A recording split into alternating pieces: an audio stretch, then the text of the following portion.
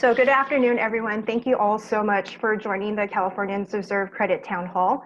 My name is Gail Yen. I am with California Competes Higher Education for a Strong Economy, and I will be your host/MC for this event. A couple of housekeeping items. Please use the Q&A chat function to insert any questions you may have as the speakers are presenting. We will be monitoring that as best as possible and sending relevant questions to the speakers. This webinar is also being recorded, and you will receive an email with the recording and all of the presenters' slides that's applicable afterward. So I guess we should just get started. So some background: the Californians Deserve Credit is a statewide campaign that's put together by California Competes, the California EDGE Coalition, and the Education Trust West to raise awareness about policies and practices that give Californians credit for all of their learning, which could take place in a classroom, on the job, or through personal training.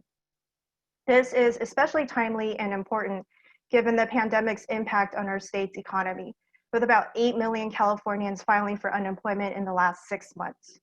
As Californians work to rebuild our economy, the state's workforce will need access to flexible and affordable pathways to degrees, credentials, certificates, and career opportunities. So today you will hear from various speakers as they go more in depth on two innovative approaches: credit for prior learning and competency-based education, which help accelerate the attainment of valuable post-secondary credentials. And of course, none of this would be possible without the support from the Lumina Foundation, so a big thank you to them for making this happen. And now, without further ado, I'm going to kick it off with our first speaker, Dr. Nan Travers, to give a national perspective of the impacts and benefits of prior learning assessments. Dr. Travers is the director of the Center for Leadership and Credential Learning at State University of New York, SUNY, Empire State College. Prior to her current role, she was director of the Office of the College-Wide Academic Review at SUNY Empire State College. She has conducted extensive research and is published in various areas of adult learning, including prior learning assessment. So Dr. Travers, would you like to take it away? Certainly, thank you so much.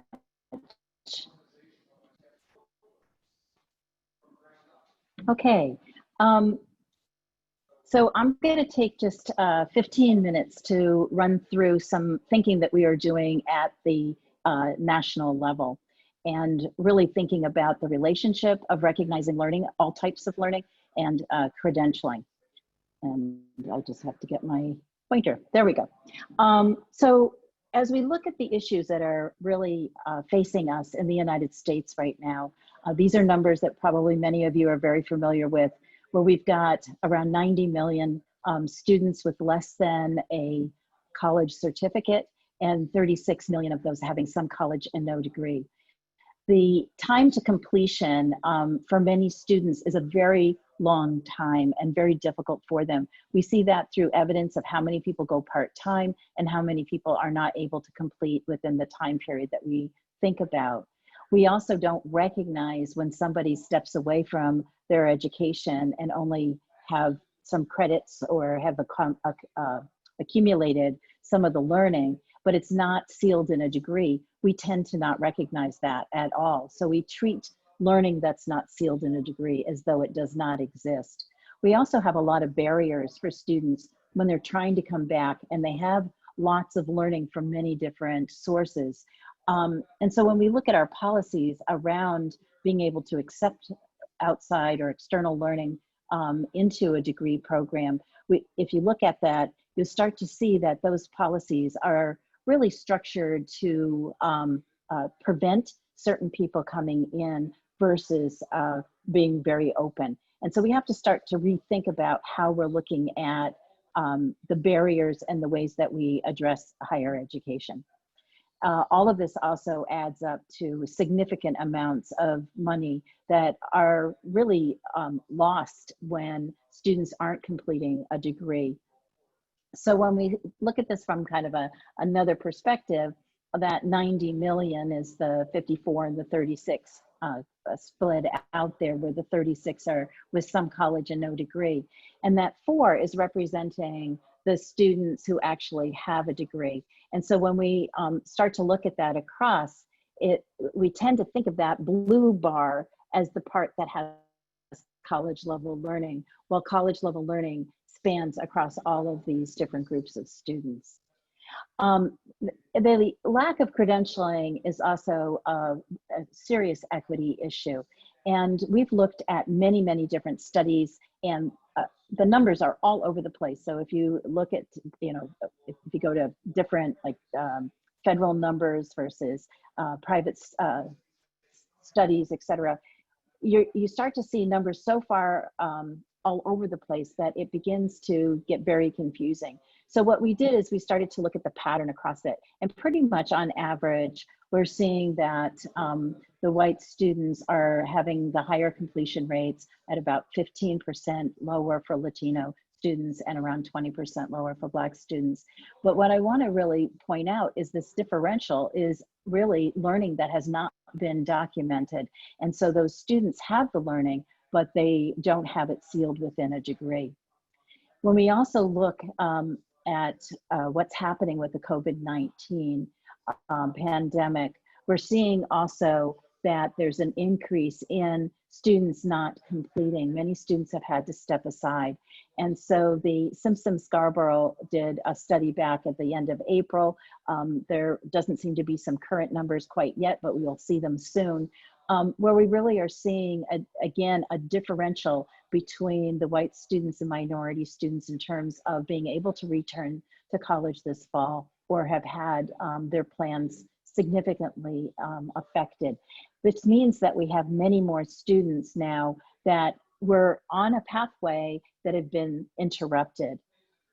So the undocumented learning that has not been sealed within some kind of credential is it really causes a lot of problems for students. The learners are not being recognized for what they know. And it's really hard for them to be competitive in obtaining and advancing in the job market. They also, once they step away, it lowers their ability to come back and complete a credential, again, because of policies and the way that we are structured in higher education. But we have to really be thinking about how we can capture that learning and enable the students to be able to continue on. So as already indicated, and we'll hear some more about the equity issues, but one of the things that we really need to be thinking about is that the knowledge that we count and actually credential is creating a dividing line about who's included and who is not included. And so when we really think about that, we have to think about what knowledge is being recognized, who has that knowledge that's not being recognized or is being recognized, and what are the sources that are being recognized or not recognized. And then also, what knowledge is bundled into a credential, who is awarding that bundle, and who's issuing that bundle. And so when people get certain kinds of credentials, maybe it's a industry credential, if it's not recognized in the higher ed world, then that is not being brought in. And so actually who's credentialing becomes an issue. And then the actual credential recognition is also an issue in terms of what is being recognized and valued and being allowed to build upon into the next level degree. So we currently have a grant that is a Lumina Foundation funded grant called Credential as You Go. And as part of that grant, we have looked at 87 projects that were at state or system levels across 41 states. And extracting out of that, really thinking about the different types of themes that are related to recognizing learning and being able to credential that learning. So with that, you know, the big one is equity, but we start to see all of the kinds of things that have been the issues that we've been facing in higher education for a long time. Interesting, recently we had a symposium, I guess it was just last week, and out of that, almost every small group discussion came back to trust. And so this is something that we really have to be thinking about when we're trying to really expand the ways in which we recognize learning and credential that learning, and thinking about how we build trust across the groups. From that same research, we also have been able to identify some of the solutions that are currently underway. And so being able to recognize, validate, and credential all learning, and being able to connect that learning from higher ed and industry, and being able to really integrate that to increase the number and the types of credentialing pathways, and also providing incremental ways of gaining that recognition, become all very important in terms of solutions. When we think about increasing the transferability with the being able to have transparent assessments of the competencies and also clear messaging about what somebody knows and can do, then we're actually able to start to bridge and begin to really address that idea of being able to deserve credit for what you know, for all learning counts. Currently, we have a 4-tiered degree system, and this is pretty locked in. And until we start to really think about how to shift this system, we're going to be always struggling with how to start to recognize this learning and bringing it in and being able to integrate it into the current degree system. So one of the things that I'm proposing is that we really start to transform the whole credentialing structures. And by starting to think about all learning counting and being able to recognize learning and being able to credential that learning, it really challenges the credentialing systems. So we have to really be rethinking about how all of this comes together. We have enough history behind us in the prior learning assessment world to know that just to assess some learning and try to force fit it into a degree still doesn't meet the needs of our educational system. So we really have to be thinking much broader in terms of how we recognize learning and how we credential it. So this is sort of a basic diagram here, but thinking about all the different ways that we can recognize learning, from experiential learning all the way up to current formal education.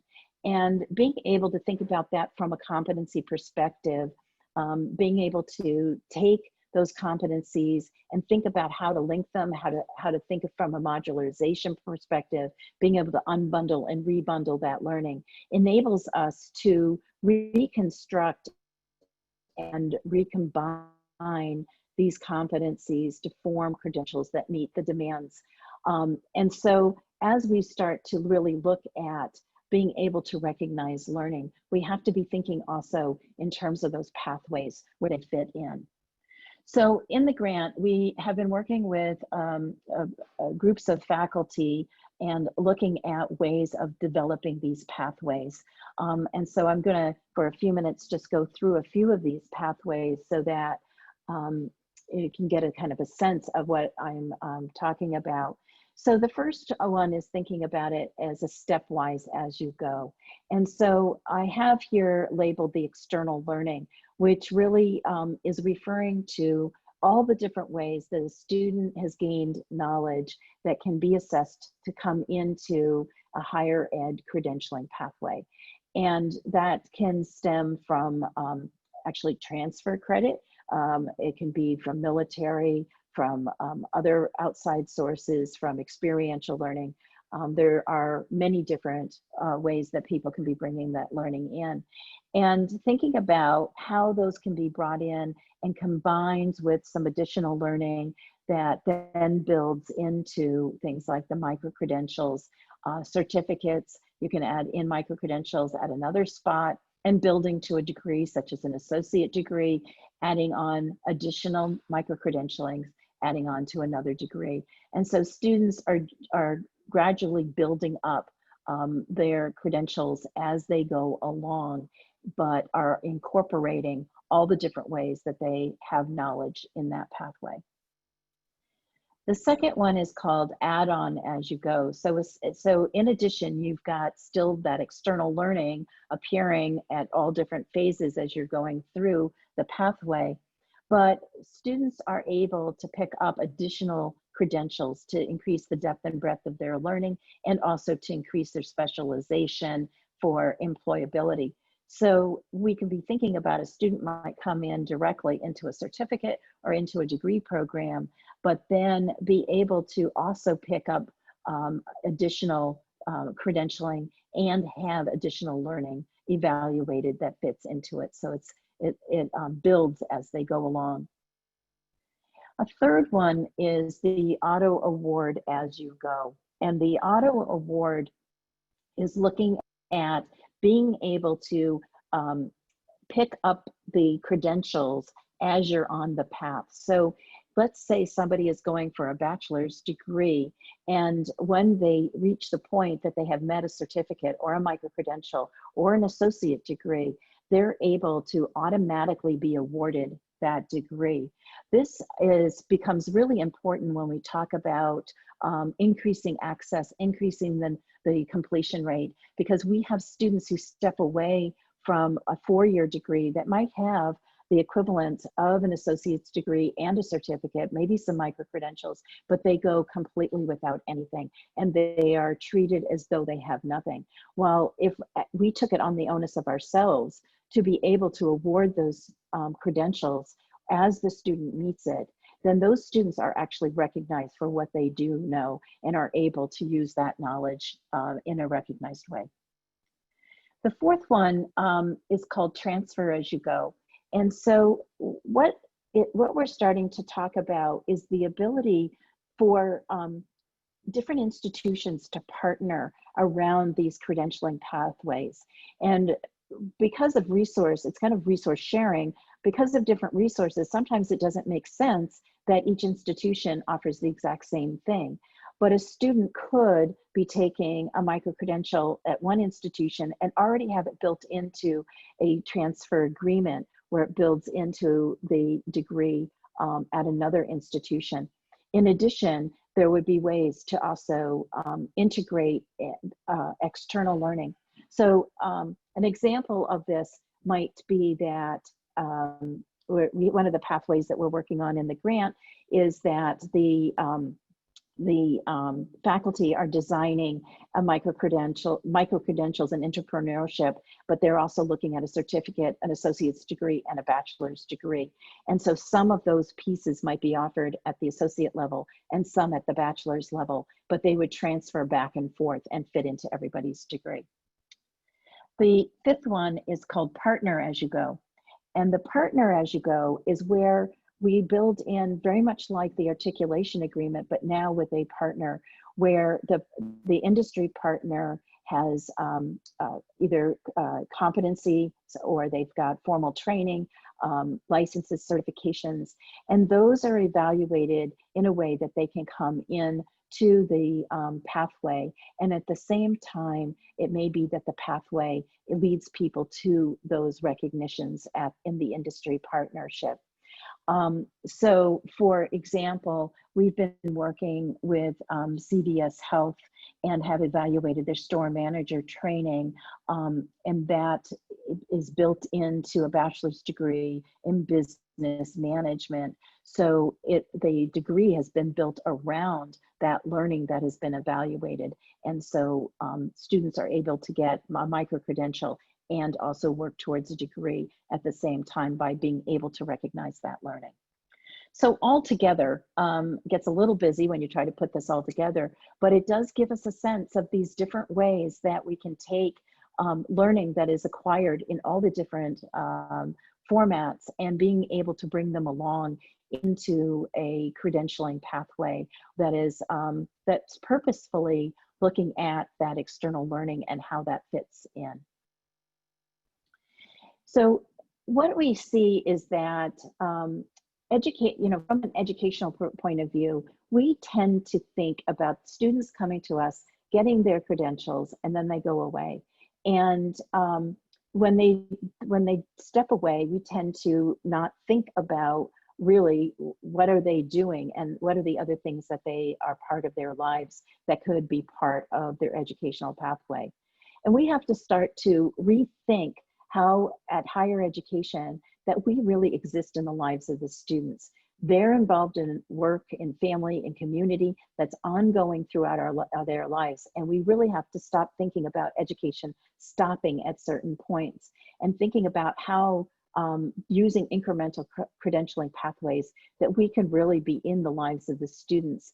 In many ways, it's instead of having the students come to us, we need to think much more in terms of how we can reach out and be in the lives of the students and come to them.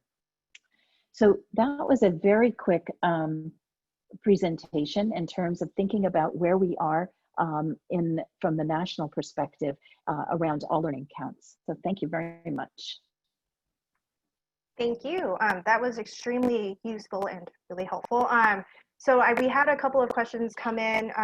Please continue to ask questions. We'll probably hold them off until the end, but for these two, the first one is, I guess it will be addressed to you, Dr. Travers. How are these credentials different or similar to the learning and employment records? So when we talk about the credentials, what we're really talking about is officially sealing in that learning so that it becomes an entity on its own. So think about the way it is right now. We can record what somebody knows on a record, but if they were to try to go back to school or try to bring that into a degree, it's still often treated as though it's learning that isn't part of something. And so what we really have to be thinking about is how to create a whole series of credentials that seals that learning in and would be treated the same way as an associate degree or a bachelor's degree on up. Right now, that 4-tiered system locks us in, and we basically say any learning outside of that is like, okay, they've got that learning, but we still don't value it in the same way. So it's really thinking about how to create credentials so that we value learning all the way through. Got it. And then we will hold off questions until the very end. So moving along, our next speaker is David O'Brien, the Vice Chancellor of Governmental Relations for the California Community Chancellor's Office. He will be sharing a statewide perspective on the impacts and benefits of credit for prior learning policies and the work that community colleges have been doing so far. As Vice Chancellor of Governmental Relations, Mr. O'Brien oversees the division responsible for advancing the legislative agenda for the community colleges and represents the Chancellor's Office before the legislature, the executive branch, and the state and federal governments. Prior to his current role, Mr. O'Brien was the Director of Government Affairs for the California Student Aid Commission, or CSAC, where he was critical in the Commission's efforts to reform and expand California's financial aid programs. So take it away. Thank you so much, Gail. And thank you to all of our hosts. Really want to thank our partner organizations for hosting this event and for making this issue a priority and for emphasizing the equity focus within this issue. As Gail mentioned, I'm David O'Brien, Vice Chancellor for Governmental Relations at the California Community College's Chancellor's Office. I'll be sharing a PowerPoint slide in just a minute. I really want to start off by thanking Dr. Travers for that comprehensive overview and discussion of the key issues up for discussion here today. You could not have teed it up better for what I hope will be a very productive discussion. And it's going to be a very hard act to follow, can't lie. But I do hope that what I can do here today is provide a little bit of the state level perspective and talk about why credit for prior learning and a little bit about competency-based education are so important to expand here in California for our students. And just a heads up that my PowerPoint skills, anybody who knows me, and a lot of you on this call do know me, are not up to Dr. Travers or any of the other organizations you're going to see here today. I'm a man of words, not of slides, but I will share with you what I have and put it in the nice fancy presenter mode there. Great. And so I want to talk a little bit, I want to start, hopefully everybody can still see that. I want to start by talking a little bit about credit for prior learning and California's role and how the California community colleges see it. And so just as a refresher, California has 116 community colleges. We just welcomed our 116th Madera Community College last month in 73 districts, serving over 2 million students. And we really view ourselves as the economic and workforce engine of the state of California. And our role has never been more critical. As many of you know, California already faces a significant shortage of credentials and degrees heading into the COVID-19 pandemic and economic recession. We already faced massive racial equity gaps in higher education before, February or March of 2020, when it sort of feels like the world came crashing down all around us. And now we find ourselves with many of those same gaps and that shortage only underscored, only worse. And so what the crisis has done at the community college system anyway, is it has shined a spotlight on those things that we really need to speed up and accelerate and bake into our higher education mindset. And so just as a reminder, the California community colleges are governed by our vision for success.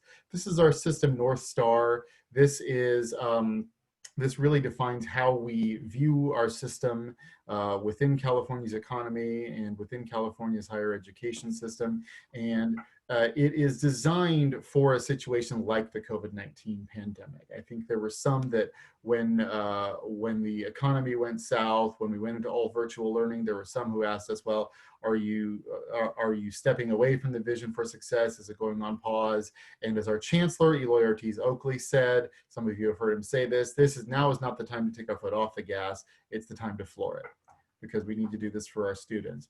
And so I want to point out a little bit about how credit for prior learning and also competency-based education, which is a little bit of a newer concept in our system, how they fit into our vision for success specifically. These on the left, you see our 6 vision for success goals. I won't go over all of them, but they're very specific. And on the right, you see our commitments. Our system is committed to meeting our students where they are to accomplish these goals. And so you see vision goal number 1 is increasing credential attainment. We are all about helping those students get those credentials.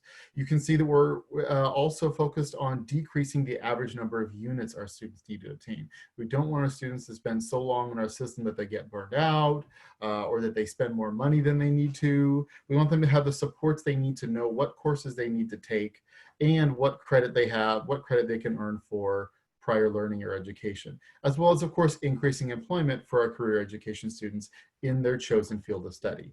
These are, to my mind, the core components of the vision for success that relate to CPL and CBE. But reducing equity gaps, particularly racial equity gaps, that is baked into everything we do in the California community college system. So we view credit for prior learning as increasing degree completion and saving time for ourselves, for our system, and for our students. A little bit of, some of this is a bit of a reiteration of what you've already heard, but research indicates that students who earn credit for their prior learning are about twice as likely to complete a degree. They're going to accumulate more credits through coursework earned at the institution than students who do not have CPL, and they'll save 6 to 10 months in time to degree. And considering that some of these are already fairly short programs, that means that students who are provided the opportunity to take advantage of credit for prior learning can get in, get that credit for the skills that they have earned, that they have learned and the training that they've gone through, and get that degree so much faster so they can get back into the job market and again, be competitive in that job market. A little bit about how credit for prior learning has evolved within the community college system. So in within our system, the focus really picked up in about 2018. It had been on the radar for a while, but in 2018 is when the community college system started really looking into this. We were pleased to have our foundation, the California Community Colleges Foundation, supported by Lumina, obviously a critical partner because they are funding this project here today. But we were so pleased to have Lumina support efforts to research credit for prior learning and put together some recommendations for how it could succeed in the California Community Colleges system. And our Success Center within the Foundation for California Community Colleges put together an excellent report. I didn't have time to do it prior to my presentation, but I will link it in the chat box here if that's okay. And we'll also make sure that it gets sent out if we can to all participants. But they put together an excellent report with some recommendations, and that was based on an advisory committee of 24 stakeholders that included faculty, that included staff from colleges throughout the state, and included stakeholders from the business community and elsewhere in California's public higher education system. And just as a reminder, the California Community Colleges Chancellor's Office is not strictly speaking a governing office, in that our community college districts are partially self-funded and largely self-governed, but we do provide leadership and foster collaboration. And one of the examples that was provided in that excellent report that I just referenced was the example of helping students earn credit by getting their prior learning or training assessed at another college, right? So for example, those of you who, I'll just pick a couple of colleges here locally in Sacramento, if you're local, if a student is attending Sacramento City College and is seeking prior credit for language skills, for instance, that they might have, if Sacramento City College doesn't offer that course, or program, that particular language, we recommend setting up a framework, and we're looking to facilitate interaction where that student in that college can then reach out to, for example, another college in the region that might have that. And that student can get that assessment through that other college and have it count at Sacramento City College, Woodland Community College, for instance, even outside of the district, right? That is one of the things that the Chancellor's Office and the Board of Governors can do. Oh, I'm sorry. I'm getting ahead of myself here. I don't have my notes in front of me, so I hope I'm not leaving anything too major out here. But it was really critical to us that we had that equity focus within credit for prior learning. And it was critical that we understand the role that our local districts play, and that we foster collaboration between them and create that sort of streamlined, consistent set of standards for credit for prior learning. So we were so pleased that in September of 2019, the statewide Board of Governors did adopt regulations along those lines, and we continue to work with our partners in the legislature, with our partners, with students, with our partners in our academic senate, and with organizations like Cal Competes, Edge Coalition, and Trust West hosting today's briefing on as we continue to roll that out. I want to briefly talk about competency-based education. This is a little bit of a newer concept to us at the statewide level in California community colleges, but it is something that our California Community Colleges Curriculum Committee, which of course we call 5C, so that we don't have to say that all every time, has been reviewing for some time. And 5C did make some recommendations late last year about how to bring competency-based education standards into our community college system. A Chancellor's Office report was presented to the Board of Governors on this in January 2020. But the fact of the matter is, since then, the COVID crisis and the recession have only underscored the need to continue to develop these innovative modalities for education in our system. The example I always like to use is the calendar, the academic calendar that we're also used to in education, that the fall term, whether it's a semester or quarter, starts usually right around late August to September sometime, ends in December, another one starts up in January. Well, the fact of the matter was this economic recession hit us hard and quick in March.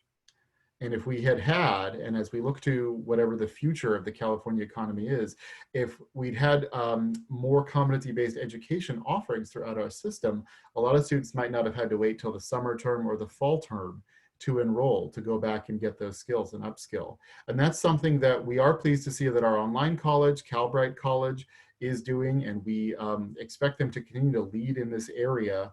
But we can also proudly note that the California Community Colleges Board of Governors recently adopted in a historic vote system-wide regulations around the offering of CBE throughout the other 115 colleges.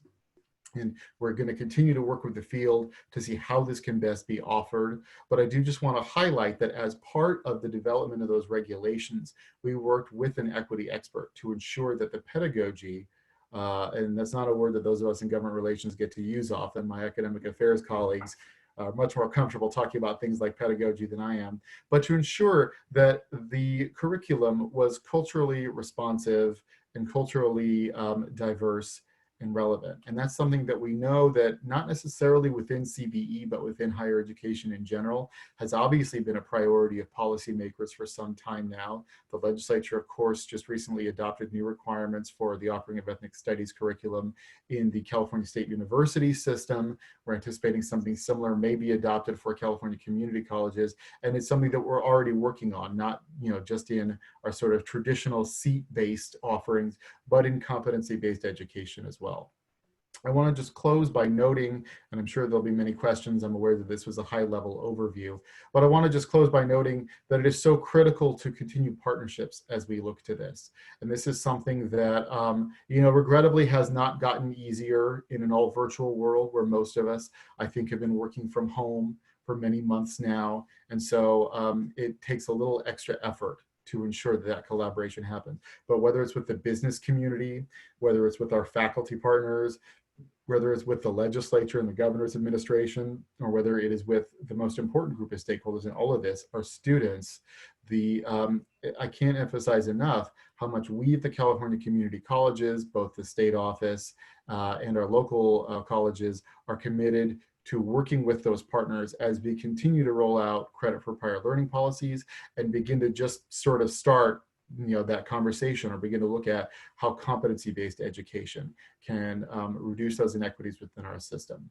Because we are hopefully heading for an economic recovery sooner rather than later, and we want to make sure that it is an equitable recovery, that is not, as some of the prognosticators have noted, what they call a K-shaped recovery, where those who are already doing well continue to recover and get better, but those who are in our most vulnerable populations get worse and don't see their income and wages bounce back.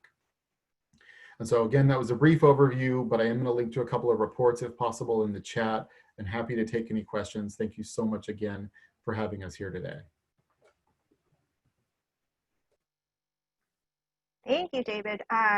Please send away your questions and then we will get them towards the end. So thanks for sharing all that the community colleges are doing with CPL and CBE. It's definitely exciting to hear that the Board of Governors recently adopted the system-wide regulations on it. So we look forward to working with you. So now moving on to the executive directors, we'll be hearing from each executive director of the 3 partnering organizations of the campaign.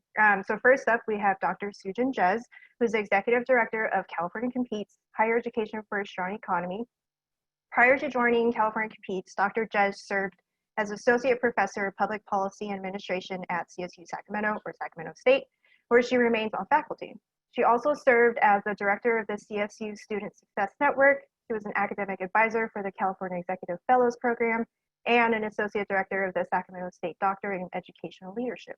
So take it away. Thank you, Gail. I'm going to share my slides now. All right.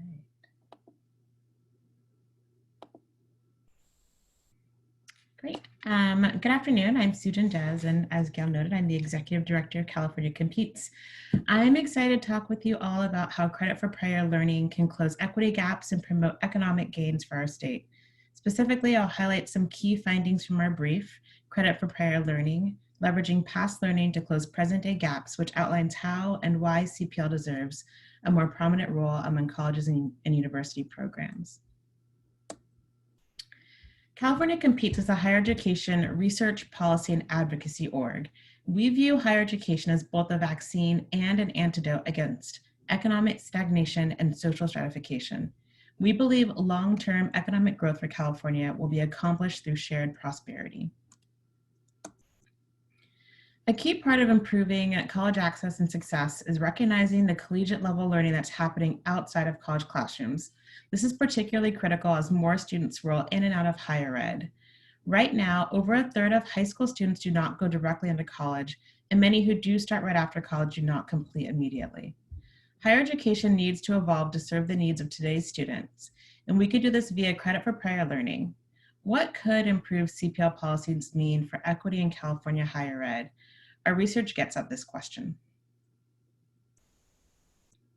Without a statewide longitudinal data system, it's hard to estimate the benefits in California. As such, we turn to national data, which suggests CPL policies could lead to positive outcomes. In one study, students earning 13 to 24 credits through CPL shaved 6.6 months off the typical 5-year completion for a bachelor's degree. By not requiring students to pay for and retake courses with content they've already mastered, students are estimated to save from $1,605 to $6,000. Our own research at California Competes, which we did for the Success Center for California Community Colleges, shows that if 4% of adult students at the community colleges completed one term early, the system would save approximately $569,000 per cohort in state aid that then they can reinvest to enroll more students, build capacity, offer more supports for students and faculty, etc. Well, who could benefit in California? Based on our research using the US Census Bureau's American Community Survey data for California, we've identified 6.8 million Californians who've earned at least a high school diploma, may hold some work experience, but have not yet earned a degree. Now, theoretically, all of them could benefit from CPL if they meet the qualifications, but we know that not everyone's experience would be considered collegiate level learning, so the number is likely going to be a bit smaller. However, there isn't data that tells us how many Californians without a degree have experienced some collegiate level learning outside the accredited college classroom. So we leveraged national data that showed about 3.5% of adults 25 to 54 receive some form of CPL nationally. Now this data focuses on first-time students. So this national percentage isn't inclusive of the adults we know may stop out and return to school with work experience that could be applicable.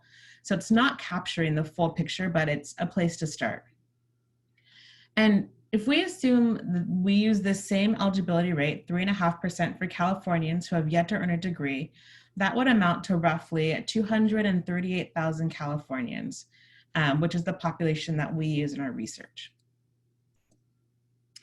But it's important to remember that even if only 1% of the 6.8 million Californians without a degree receive CPL credits, these policies could serve 68,000 students, which is almost 3 times the average fall enrollment at an individual CSU campus. I also want to flag that CPL policies focus on veterans. Current CPL policies focus on veterans. However, our research showed that non-veterans have a lot to gain from CPL. Our estimates find that veterans make up about 2% of the target population in California, meaning over 200,000 non-veterans hold work or educational experience that can be leveraged to complete a post-secondary credential through more expansive use of CPL. Okay, so hundreds of thousands of Californians can benefit, and not just military veterans. How can CPL address racial equity in higher education? We found that CPL could significantly increase educational attainment for students of color, particularly Black students. While studies show persistence and completion rates for CPL students are higher compared to non-CPL students, regardless of race, the increase in attainment could significantly reduce attainment gaps for groups who have historically struggled to access and succeed in post-secondary education. For example, although Black high school students are enrolling in college at higher rates compared to previous years, fewer completing and fewer Black students over the age of 25 enroll in college compared to other groups. However, based on our estimates, 30% of those who could benefit from CPL are Black students. If CPL policies were expanded, Black adult enrollment could increase by 50%, supporting success in post-secondary education even beyond the traditional student track. CPL could increase economic mobility for working adults, but economic disparities would still persist across racial and ethnic groups. Wider, consistent use of CPL could promote access, affordability, completion, and as you see in this chart, holding a degree is associated with higher earnings. This is no surprise for anyone on this call. Now, degree attainment may not level the playing field as workers of color still see lower wages compared to white workers. It does increase economic mobility. I've presented a lot of data, but I want to underscore that there are real people impacted when we don't address these systemic inequities. For me, this work is personal. This is my dad. He retired from the Air Force in the early 1980s, almost 40 years ago. Even among veterans, not all are included, even today. The Air Force does not participate in main efforts focused on CPL for veterans. During his 20-year career in the Air Force, he completed hundreds of hours of training. This chart highlights just some of the courses he completed. And I'm holding up dozens of certificates for courses he's completed over his 20 years in the Air Force. When he retired and went to our local community college about matriculating, he was directed and redirected elsewhere and then asked to provide records he didn't have access to. Ultimately, he gave up and he never received any credit for his learning, and his career suffered for it. Now, I'll go over what do we do. So the speakers before me flagged some things that are happening, lots of things that we could be doing, and we've honed in on sort of what we could do in California I'm happy to talk more about this in the Q&A also. So as noted by the speakers, institutions approach CPL differently. This makes the earning and transfer of credit challenging. We need to improve consistency within and across institutions. California should also increase the use of relevant work experience to award CPL credits across segments, including work experience beyond the military. Improvements would involve more consistently leveraging prior relevant work and volunteer experience in addition to prior education and military experience. Incentivizing working adults without degrees to return and earn credentials could support the state in meeting its workforce needs, since high school graduates alone are unlikely to fulfill this need. We also want to encourage increasing employer partnerships to promote degree completion. The difficulty in validating and credentialing learning that has taken place outside of a post-secondary institution contributes to the limited use of CPL. However, increasing partnerships between employers and post-secondary institutions could ease the burden that falls on faculty to single-handedly develop and evaluate prior learning assessments. And I say that, I feel like I remember as a faculty member having to do this work, and it was really hard, but you really wanted to do it. So if we could figure out ways to streamline that for faculty, I think that will be really critical. And of course, CPL is just part of a solution set to make our institutions more student ready. Another key practice is the use of competency-based education, which I'm happy we're also talking about in this town hall. Dr. Alicia Smith-Arriaga of Education Trust West will go more in depth about CBE and its benefits. And for those of you who want to learn even more, I want to highlight our primer that was just released today that compares the differences between credit for prior learning and competency-based education. I invite you all to check it out. We'll include links to both of our publications in the chat function. And I also saw that Gail mentioned we would send out the information to everyone who's attending today. And of course, I'm happy to take any questions during the Q&A period. Thank you. Great, thank you. Now we will hear from Dr. Alicia Smith-Arriaga, who is the Executive Director of the Education Trust West. Dr. Smith-Arriaga has more than 20 years experience working in and partnering with education and workforce policy, research, and advocacy organizations in high schools and community colleges across the state. She has presented in numerous venues on the topic of creating educational opportunities for all students. Take it away. Well, thank you so much for having me here today. And I don't have slides, but I have some comments prepared that I'm excited to share. So the Ed Trust West is really proud to partner with California Competes and the California Edge Coalition on this statewide campaign to raise awareness about policies and practices that give Californians credit for all of their learning. I think we can all agree that learning takes place in all sorts of settings, in the classroom, on the job, or through professional training. And the facts are sobering. In the last 6 months, 8 million California residents have filed for unemployment. California is in the midst of a pandemic-induced recession.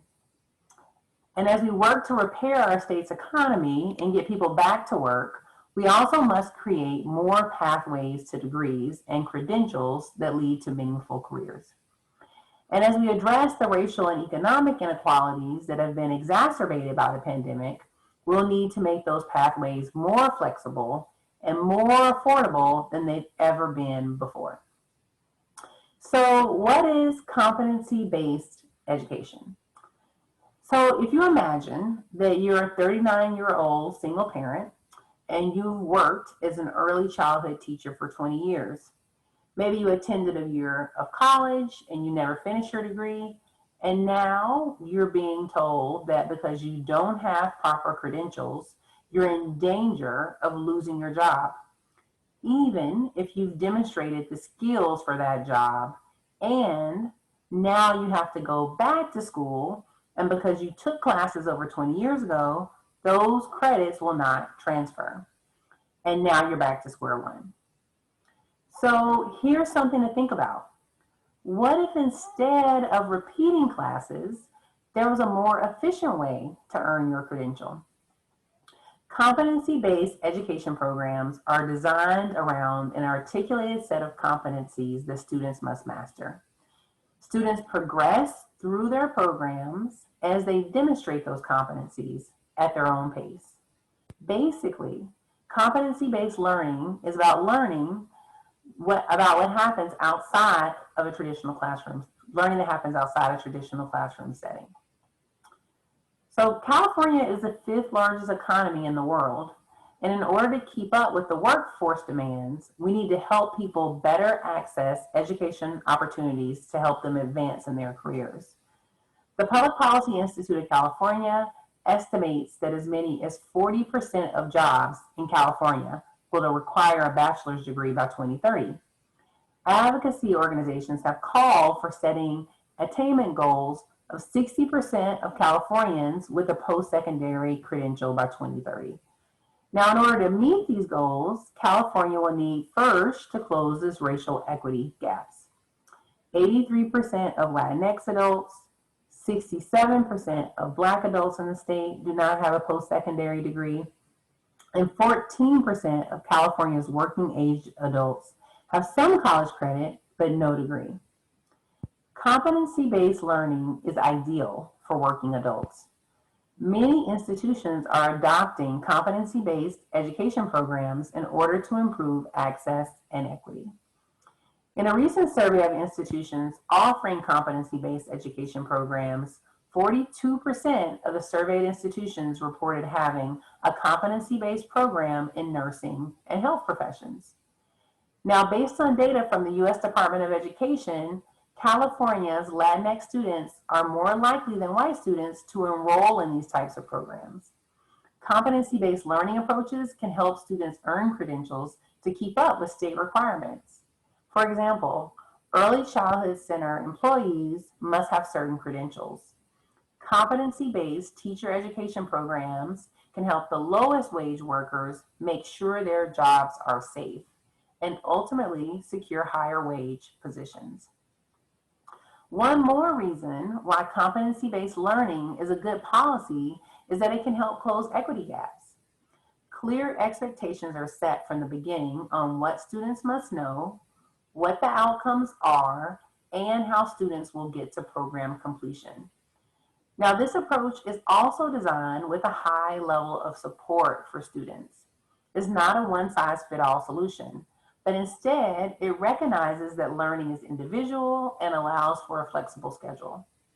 Competency-based learning can help make post-secondary education more affordable as well. So, what can we do to get competency-based learning policies here in California? Well, first, we have to raise awareness. This town hall is really just the beginning of a campaign to engage educators and policymakers and community organizations. We will also be issuing a series of reports, listening sessions, and policy workshops to call attention to this issue. Secondly, we can advocate for the following: state funding to encourage competency-based learning and ensure that all learning counts. We can advocate for state financial aid programs that support competency-based learning and prior learning assessment. Tuition policies to support students in flexible education. And transfer policies that allow students to transfer all learning between institutions and don't limit what students can transfer. Lastly, I just want to thank the Lumina Foundation for funding this important work, and we look forward to working with California Competes and the California EDGE Coalition on moving the needle because Californians deserve credit. Thank you. Thank you. Again, if you guys have any questions, please send them to the chat or to the Q&A, sorry. And last but not least, we will hear from Zima Creason, Executive Director of the California EDGE Coalition. Zima has worked in the policy field since 2001, and much of her work has focused on equity as it relates to mental health policies, as well as stakeholder outreach and engagement. Take it away, Zima. Thanks so much. And this is not part of my prepared remarks, but Miss Sue Jin really touched my heart. And I just want to share, here's our sailor, just recently graduated from boot camp off to nuke school. And, you know, I couldn't be happier that, you know, we're working together to improve the outcomes. And what happened to your father, let's, you know, do better for this child and grow from the experience. So I'm going to share some slides.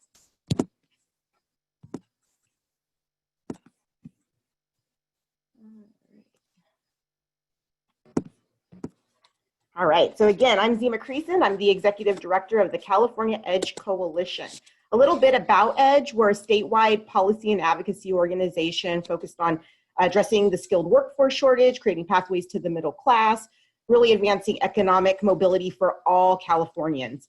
Our coalition is incredibly unique. Who we bring to the table includes the California Hospital Association, Labor Fed, Manufacturers Association, Workforce Association, Career Ladders Project, Center for Employment Opportunities, Unite LA, Policy Link, State Building Trades. And why I take a moment to say all that is, you know, we have a joke. If we could come to consensus at our board table, we have no trouble at the Capitol, because we are a unique bunch that often, you know, aren't on the same page, but we do come together on this shared North Star and our vision and our mission to achieve economic mobility for all Californians. So we are really proud to be partnering with the Lumina Foundation on a research project. A little bit about the project goals. We're working to investigate opportunities flexible learning approaches offer, including CPL and CBE's credit for prior learning and competency-based education. We're working to detail barriers and challenges, working to identify education and training institutions and organizations interested and potentially well-equipped to provide competency-based education. Looking to identify business, labor, and community leaders and organizations that are eager to partner in this work. Creating and implementing an outreach and educational strategy. And ultimately, we're looking to develop statewide policies to expand implementation of flexible learning throughout California. So we are working on a report that will detail findings and recommendations as previously noted. Our final report should be out November 2020. So today I'm going to spend our time together just sharing some early findings from our research. This is a very word-heavy slide. I'm just going to call out a few of some of the findings, the compelling rationales for more flexible learning approaches. And this is coming directly from our surveys and interviews. We will make these slides available so that you can take your time to read the full slide if you wish. So some of the things that I picked out of here is seat time. Seat time as a measure no longer has any value with the amount of information available to all. Learning happens in many ways over a lifetime. Private colleges have been offering CPL for years. And it's time that the California community colleges, CSUs, and UCs also offer these opportunities for our students, giving them more choices for their education. And also enables industry valued alignment. Currently, we are creating programs that may have no or little relationship to the labor market. So some potential risks that are bubbling up from our surveys and interviews, and again, I'm just going to call out a few. I'm not going to read the full slide. Potential risks. There is an unspoken bias about the quality of education through CBE and CPL. There are perceptions about degree mills without stakeholder involvement and without strong structures based in industry standards. You can invest a lot and still not have better career outcomes. So top 10 essential practices for high quality, flexible learning approaches. And again, this is what is showing up in the data from our interviews. Again, I'm not gonna read everything on this slide, but I am gonna hit on the highlights. So what we're finding is portability of credit, program transparency, external employer business partner involvement, rigorous quality assessment, evaluation, student learning and transparency, responsiveness, and that's meeting students where they are. I know we heard that multiple times over the course of the presentation today. Applied learning and assessment, ample professional development, clear understanding by stakeholders. And what the data is showing us, of those surveyed, it has been deemed that 18 essential practices for high quality, flexible learning approaches are absolutely essential, and 13 are essential. So the previous slide highlighted the top 10, but out of all the options that were presented to our interviewees, 18 were identified as essential. I'm sorry, absolutely essential. 18 is absolutely essential and 13 as essential. So a lot of work to make this happen.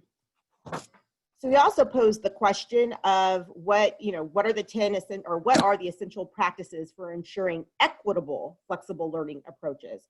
So again, I'm just going to tap on the top 10 that are bubbling up in our research. Transparent and clear information is provided to students. Systematic bias and structural inequities are identified and eradicated. Ample supports. Culturally responsive and inclusive.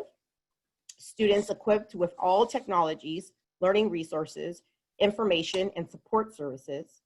Consistency of expectations and understanding of proficiency. Ensure transferability and acceptance. Multiple assessment methods. Ample information and support is provided to students to ensure smooth and successful transition. Evidence that demonstrates equitable access, participation, progress, and success. So again, that was just our top 10. However, of those surveyed, it has been deemed that 16 essential practices for equitable, flexible learning approaches are absolutely essential, and 12 are essential. Again, the previous slide, we're showing the top 10, but when surveyed, we're talking about 16 absolutely essential and 12 are essential. All right. And then I want to highlight the top 10 significant challenges and barriers that are coming up in our work. That's aligning programs and competencies to meet ever-changing needs, the lack of awareness or understanding of and value of CPL, CBE, myths and misconceptions, transferability and acceptance of the credits, rigid student matriculation systems and processes, equity concerns, technical challenges, rules and standards, understanding and capabilities necessary for leading and implementing, and covering costs for awarding CPL. And of those surveyed, it has been deemed that 12 barriers and challenges are significant. Again, previous slide, we did the top 10, but 12 have been deemed significant. So again, these are our early findings, and I look forward to sharing the final report and recommendations with all of you in the coming months. Thank you so much for your time. Thank you, Zima, and everyone who has presented. Now is the Q&A portion. So please, again, if you have any questions to any of the speakers, please just type them out into the Q&A and I will ask them to the right people, hopefully. So first question, I think this might have to do with Dr. Travers' presentation. How does the auto award model address financial aid conflicts when awarding credentials and degrees? So this is actually a really important question and something that we really have to think about how to address because some of the financial aid rules do make it very complex for students to go after multiple credentials.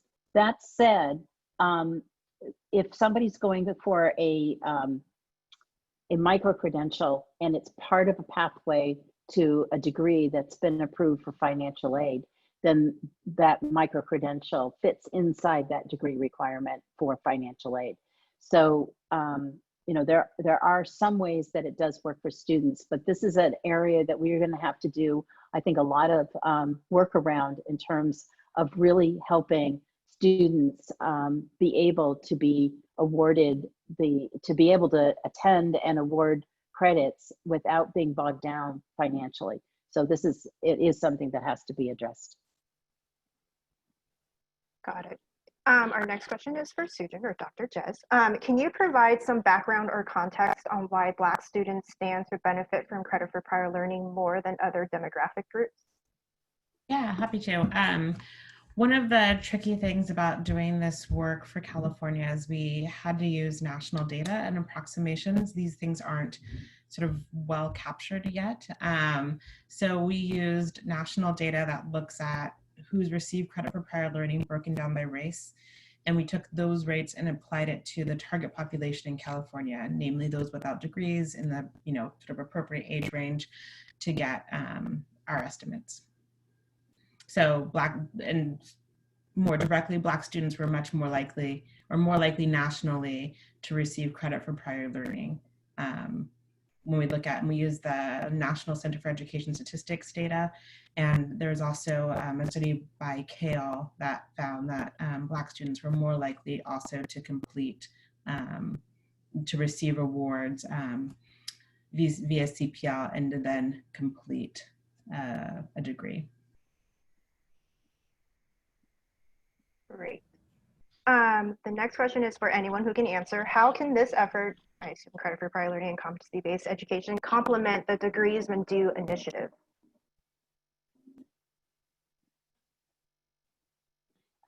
I'll just jump in to say that I think we're all working towards the same goal, which is to be able to recognize students for what they know and to be able to credential that learning so that they have they've got the ability to get the jobs and help them out economically. And so all of these efforts, and that's, when I said that we looked at all of these different projects across the US at state and system levels, and we're finding, that we're all kind of going after the same thing is basically what the upshot of that is. So, I think where we're getting is we're at the point where we need to really start sharing all of our findings. I've learned things from folks today and hoping to reconnect with some of you afterwards and starting to collect this together so that we can think about this from really the same direction and not repeat the same work over and over, but to be able to just build on each other. Got it. Thank you. I don't know if this question was answered. I think it might have been, but I will ask it just in case. So a question was asked around, has WASC approved any CBE programs in California? Gail, I can speak specifically to the California community colleges. We're still working with ACCJC, which is the community college specific subset within WASC on direct assessment CBE accreditations. So not yet within the community college system, but well on the way to doing so. And we have a very positive relationship with them. Got it. Thank you. Our next question is, how can institutions expand credit for prior learning to help students reduce time to degree while at the same time honoring faculty's role in establishing learning outcomes and benchmarks for their degrees? Good question. I could jump in here. This is not necessarily based off of any research that California Competes has done, but my own experience as a faculty member on the other end of trying to grant credit for students. I think one thing that was really challenging as a faculty member is we didn't use CPL very commonly, so it wasn't sort of part of your typical workload or training. So the requests would come in, and in many ways, I was left, I won't speak for the faculty, like not knowing what to do, what does this need, how do I grant this, and then how do I do it once you figure it out on top of your sort of typical course, seat time based teaching load. So I think a big part would be just making it part of a faculty's regular job. So like you're teaching, for me, 65 students a semester, 130 students a semester, 4 courses a semester or whatever.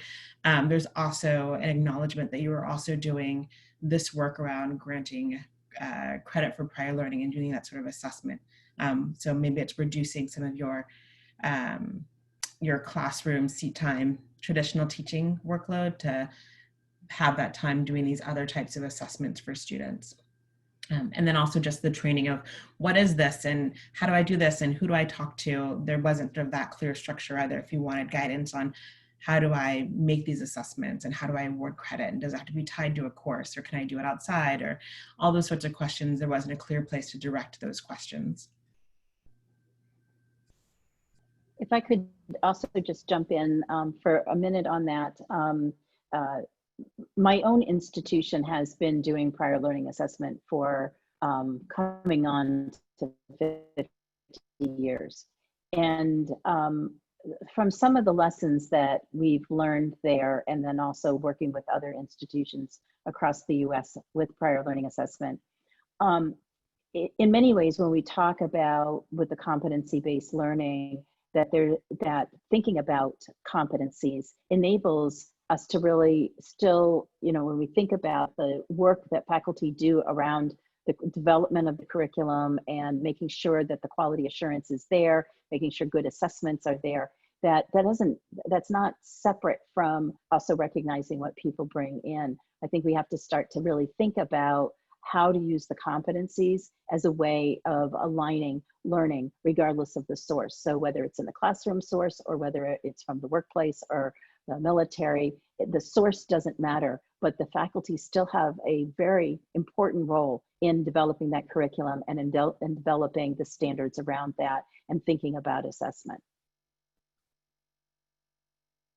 Thank you for that. Another question, how can we get industry more involved to make it easier for faculty to know the competencies that Californians achieve in workplace training? I'll jump in here. I don't have a firm recommendation on how. We're still in the middle of our research, but what I'm hearing, not necessarily in this space for this project, but in other projects, is just asking and getting folks at the table at the very, very beginning is what the industries want. They don't want a lot of thinking to be done and then it's like, oh, look at this shiny thing, what do you think about it? To include them at the very inception of the building of the what is what we're hearing that employees in industry really want, to ensure that it's baked into all the planning. And I would say to drive that through also, so at the, the advising as programs and courses are developed, but also to continue to engage employers through the delivery, whether that's as guest lecturers, whether that as someone who's going to instruct the whole course, advising around assessments. I think there's a critical place around work-based learning that can be integrated in programs that we know is so valuable and that, we're seeing it in growing push towards. And then I think if we do that with employers throughout programs, at the end of the program, we'll see much more success in placing graduates into the careers that they're aiming for. And employers, since they've been involved from the advising and the development through the programs, will be much more confident in the skill sets that graduates have and will bring to their business or place of employment. And then with that sort of closer partnership, there'll be, I think, a lot more understanding around what students are getting, in the workplace that they're bringing to the classroom, and a lot more understanding and sort of like, what are those competencies? What's that learning that's happening? And it will feel, I think, much more natural. Got it. Next question is, has any discussion been made with Pathways programs to integrate CPL or CBE, I assume?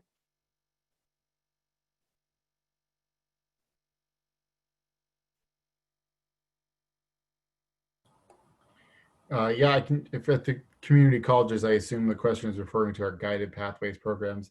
It's very much something that we're working with our districts and faculty on encouraging, incorporating into our guided pathways programs, because that is how we reach our vision for success.